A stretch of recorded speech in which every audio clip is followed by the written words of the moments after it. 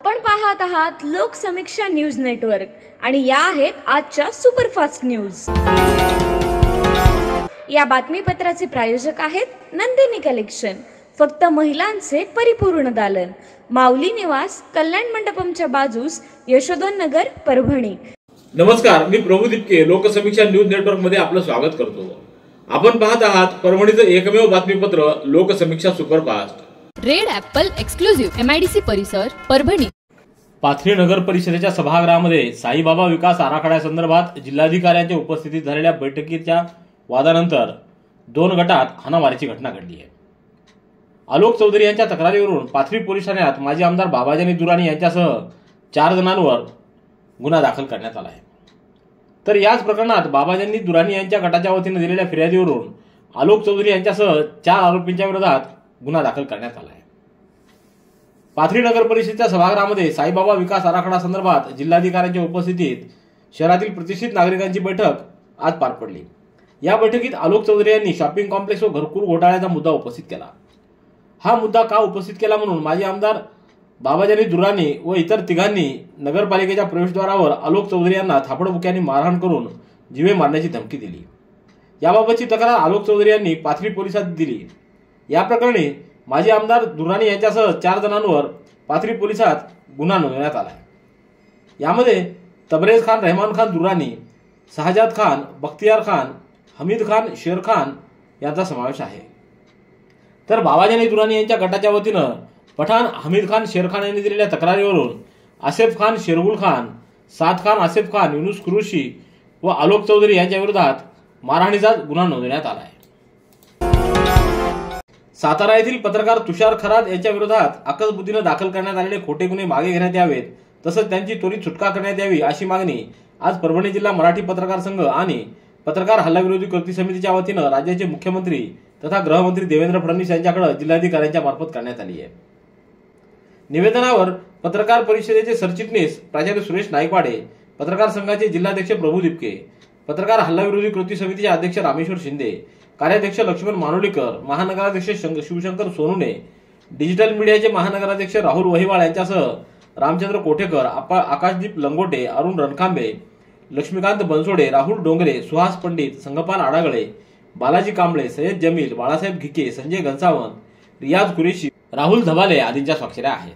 आज आम्ही सातारा जिल्ह्यातील तुषार खरात हे लयभारी या चॅनलच्या माध्यमातून एका विद्यमान मंत्री आणि जो अगोदरचा आमदार होता त्या आमदाराच्या विरोधात जे काही घोटाळे झाले, कोविडचा घोटाळा असेल किंवा त्या अगोदर एक महिलेने केलेल्या याच्याबद्दल सतत पाठपुरावा करून त्याचे व्हिडिओ त्याचे चॅनल्सवर सतत त्याचे पृथक्करण करणाऱ्या बातम्या देत होते। त्या बातम्या पाहून आता विद्यमान मंत्री महोदयांनी त्याच्यावर एक खोटे गुन्हे दाखल केले आणि खोटे गुन्हे असे दाखल केली विनयभंगाची, ॲट्रॉसिटीची असं म्हणून त्यांना कारागृहात पाठवलंय। म्हणजे पत्रकारांनी घडलेल्या घटनेविषयी बातमी द्यायची का नाही हा प्रश्न आता उपस्थित झालेला आहे। आमचं म्हणणं आहे की ठीक आहे, तुम्ही बातमीच्या विरोधात तुम्ही सकारात्मक रीतीने तुम्ही त्याचा विरोध करा, परंतु केवळ पत्रकार आपल्या विरुद्ध बातम्या देत आहे म्हणून त्याला अट्टहासाने त्याच्या विरुद्ध कारवाई करायची, त्याच्या विरुद्ध खोटे गुन्हे दाखल करायचा हा प्रकारचा आज आम्ही निषेध केलेला आहे। आणि आम्ही परभणी जिल्हा पत्रकार संघाचे जिल्हाध्यक्ष आमचे प्रभूजी दिपके, पत्रकार हल्ला विरोधी कृती समिती रामेश्वर शिंदे आणि सर्वच आपल्या मित्रांनी आम्ही आज जिल्हाधिकाऱ्यांना निवेदन दिले की हा जो प्रकार आहे, हा जो खोटा गुन्हा दाखल झालेला तुषार खरात यांच्यावर, हा गुन्हा मागे घ्यावा आणि याची खरी चौकशी, एक न्यायालयीन चौकशी करावं, कुठली चौकशी करावं आमची मागणी। सततचे दवाखाने करून कंटाळलात? आता शेवटचा उपाय। डॉक्टर गोविंद कामटे यांचे बालाजी आयुर्वेदिक निसर्गोपचार केंद्राला भेट द्या। शुगर, मूळव्याध, ॲलर्जी, सोरायसिस, गजकर्ण, दमा, लठ्ठपणा, गुडघेदुखी, कंबरदुखी, वात, गाठीचे आजार, लकवा, केस गळणे, मुतखडा, सफेद डाग यांसारख्या जुनाट आजारांवर खात्रीशीर उपचार केले जातात। दारू सोडवण्यासाठी विशेष उपचार उपलब्ध। संपर्क डॉक्टर गोविंद कामटे, आयुर्वेद विद्याविशारद, बालाजी आयुर्वेदिक निसर्गोपचार केंद्र, तलाठी कार्यालयाच्या बाजूला, वसमत रोड, परभणी। संपर्क 9921691008। बुद्धगया महाबोधी महाविहार बौद्धांच्या ताब्यात देण्यात यावं या मागणीसाठी भारतीय बौद्ध महासभा व वंचित बहुजन आघाडी जिल्हा शाखा परभणीच्या संयुक्त विद्यमानं आज जिल्हाधिकारी कार्यालयावर भव्य मोर्चा काढण्यात आला। शहरातल्या महात्मा फुले यांच्या पूर्णाकृती पुतळ्याला अभिवादन करून सकाळी 11 वाजता या मोर्चाची सुरुवात करण्यात आली। येथून हा मोर्चा जिल्हाधिकारी कार्यालयाकडे आला। या ठिकाणी डॉक्टर बाबासाहेब आंबेडकर यांच्या पुतळ्याला पुष्पहार अर्पण करण्यात आला। यावेळी भंते पी धम्मानंद यांनी त्रिसरण पंचशील दिलं।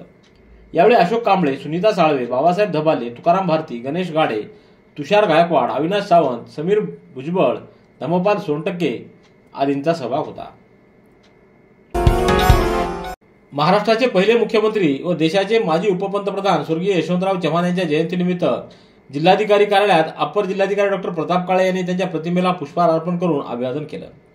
यावेळी जिल्हा नियोजन अधिकारी किशोरसिंग परदेशी, सहाय्यक जिल्हा पुरवठा अधिकारी विलास मुसळे, तहसीलदार उमाजी बोथीकर, नायब तहसीलदार सतीश रेड्डी, शीतल कछवे, मिलिंद शिंगारे यांच्यासह जिल्हाधिकारी कार्यालयातील अधिकारी कर्मचारी यांनी यशवंतराव चव्हाण यांच्या प्रतिमेला पुष्प वाहून अभिवादन केलं। महसूल कर्मचाऱ्यांना आश्वासित प्रगती योजनांचा लाभ मंजूर केल्याबद्दल परभणीचे जिल्हाधिकारी रघुनाथ गावडे यांचा पुष्पगुच्छ देऊन महसूल कर्मचारी संघटनेच्या वतीनं सत्कार करत त्यांचे आभार मानण्यात आले। यावेळी राज्य उपाध्यक्ष नानासाहेब भेंडेकर, परभणी जिल्हाध्यक्ष प्रकाश गोरे, सुग्रीव मुंडे, नारायण पिंपळे, जगदीश सुधारे, प्रवीण कोकांडे, ओमप्रकाश काळे, कर्णकुमार जायभाई, अनुराधा पारेपल्ली, श्रीमती आशिया बेगम, किरण चव्हाण, दत्ता बारहाते, अनिल फुलपगार आदींची उपस्थिती होती। परभणी शहरातल्या बेलेश्वर नगर येथील शीतल माधवराव पांढरे वय 23 वर्षे ही 8 मार्च रोजी रात्री 8:15 राहत्या घरातून निघून गेली असून अद्याप परतलेली नाही।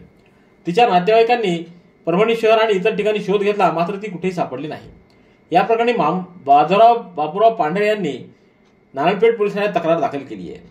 बेपत्ता मुलीचं वर्णन पुढील प्रमाणे आहे। रंग गोरा, बांधा मध्यम, केस लांब काळे, उंची 5 फूट, पोशाख चॉकलेटी रंगाचा कुर्ता व पांढऱ्या रंगाची पॅन्ट, पायात काळ्या रंगाचे सँडल, भाषा मराठी हिंदी, विशेष ओळख डाव्या पायाला अपंगत्व।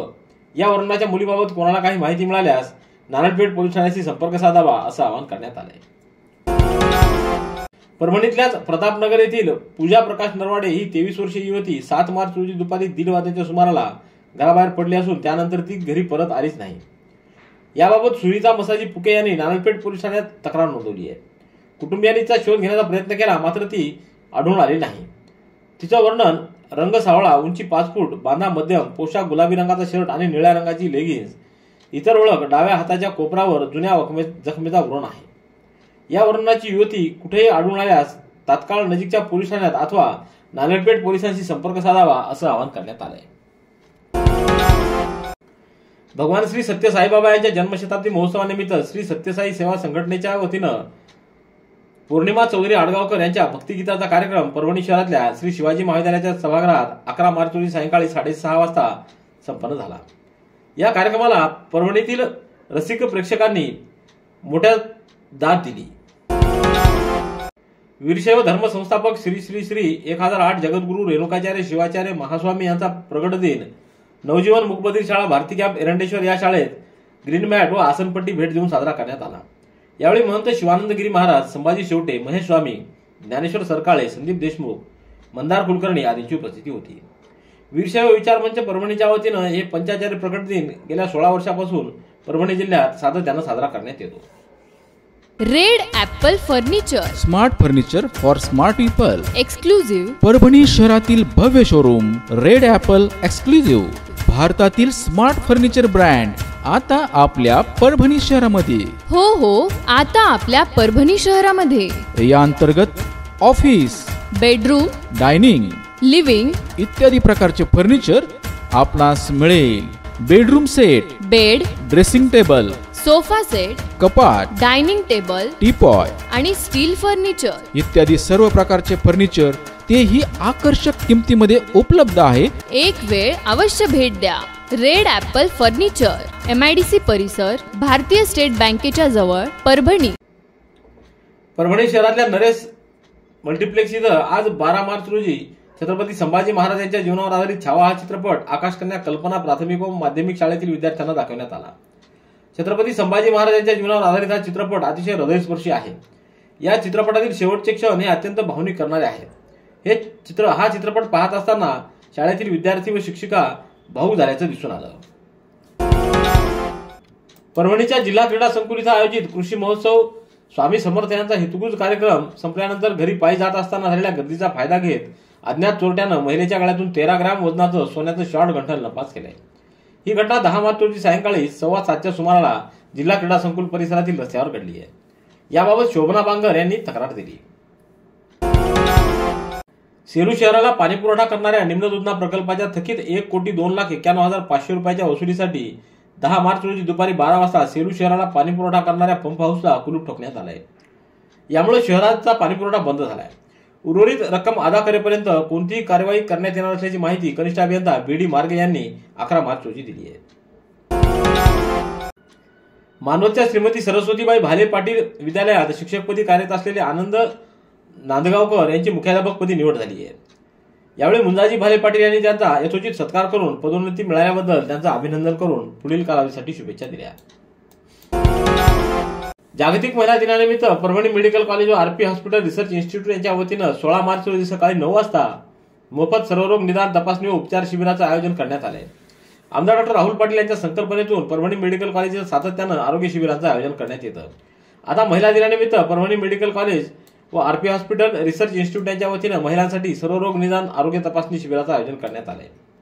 यामध्ये कर्ण तपासणी, रक्तदाब, पल्स तपासणी, सीबीसी तसंच रक्तातील सर्व तपासण्या, अस्थिरोग, हाडातील ठिसूळता तपासणी, नेत्र तपासणी, दंत तपासणी, फिजिओथेरपी या सर्व तपासण्या मोफत करण्यात येणार आहेत. परभणीच्या श्री शिवाजी अभियांत्रिकी महाविद्यालयात 12 मार्च रोजी जागतिक महिला दिन मोठ्या उत्साहात साजरा करण्यात आला. कार्यक्रमाच्या सुरुवातीला मान्यवरांच्या हस्ते सरस्वती पूजन करून सावित्रीबाई फुले यांच्या प्रतिमेला पुष्पहार अर्पण करून दीप प्रज्वलन करण्यात आलं. यावेळी प्रमुख पाहुणे म्हणून परभणी जिल्हा क्रीडा अधिकारी कविता नावंदे, स्त्रीरोग तज्ञ डॉक्टर स्मिता मगर, डॉक्टर प्रतिभा सिसोदिया तसंच महाविद्यालयाचे संचालक डॉक्टर आनंद पाथरीकर, तंत्रनिकेतनचे प्राचार्य डॉक्टर शाहीर ठेकिया, समन्वयक प्राध्यापक स्नेहल शेळके यांची उपस्थिती होती. महाराष्ट्राचे पहिले मुख्यमंत्री स्वर्गीय यशवंतराव चव्हाण यांच्या जयंतीनिमित्तानं परभणी शहर महापालिकेमध्ये सकाळी 11 वाजता स्वर्गीय यशवंतराव चव्हाण यांच्या प्रतिमेला महापालिकेचे उपायुक्त बबन तडवी, मुख्य लेखाधिकारी प्रभाकर काळदाते, विभाग प्रमुख शिवाजी सरनाईक यांच्या हस्ते पुष्पहार अर्पण करून अभिवादन करण्यात आलं. यावेळी विकास रत्न पारखे, भगवान यादव, राजकुमार जाधव, मंजूर अहसान, उमेश जाधव, प्रिया जोशी, मंगल धस, मंगल वाघमारे, विशाल गायकवाड, दत्ता हाके, मुजीबुर रहमान, दिगंबर कुलकर्णी आदींची उपस्थिती होती. परभणीच्या शारदा महाविद्यालयामध्ये सांस्कृतिक कार्य विभाग मुंबई, वसंतराव नाईक मराठवाडा कृषी विद्यापीठ परभणी आणि शारदा महाविद्यालयाच्या संयुक्त विद्यमानं पुण्यश्लोक अहिल्यादेवी होळकर यांच्या 300व्या जयंतीनिमित्त व महाराष्ट्राचे शिल्पकार पहिले मुख्यमंत्री स्वर्गीय यशवंतराव चव्हाण यांच्या जयंतीनिमित्तानं विद्वत्ता परिषद आणि सांस्कृतिक कार्यक्रमाचं आयोजन करण्यात आलं. यावेळी संपन्न झालेल्या कार्यक्रमाला अध्यक्षस्थानी प्राचार्य डॉक्टर बबन पवार तर प्रमुख पाहुणे म्हणून संत साहित्याचे अभ्यासक डॉक्टर कालिदास गुडदे हे उपस्थित होते. यावेळी उपप्राचार्य डॉक्टर श्यामसुंदर वाघमारे, डॉक्टर संतोष नाकाडे, अतुल साळवे यांची उपस्थिती होती. रेड ॲपल एक्सक्लुझिव्ह MIDC परिसर परभणी. याबरोबरचे बातमीपत्र संपलं. पुन्हा भेटूया उद्याच्या सुपरफास्ट बातमीपत्रात. पाहत रहा लोकसमीक्षा. तुम्हाला हे बातमीपत्र कसं वाटलं याबद्दल आपली प्रतिक्रिया नोंदवा. दररोजचे अपडेट्स मिळवण्यासाठी लोकसमीक्षा चॅनलला सबस्क्राईब करा. धन्यवाद.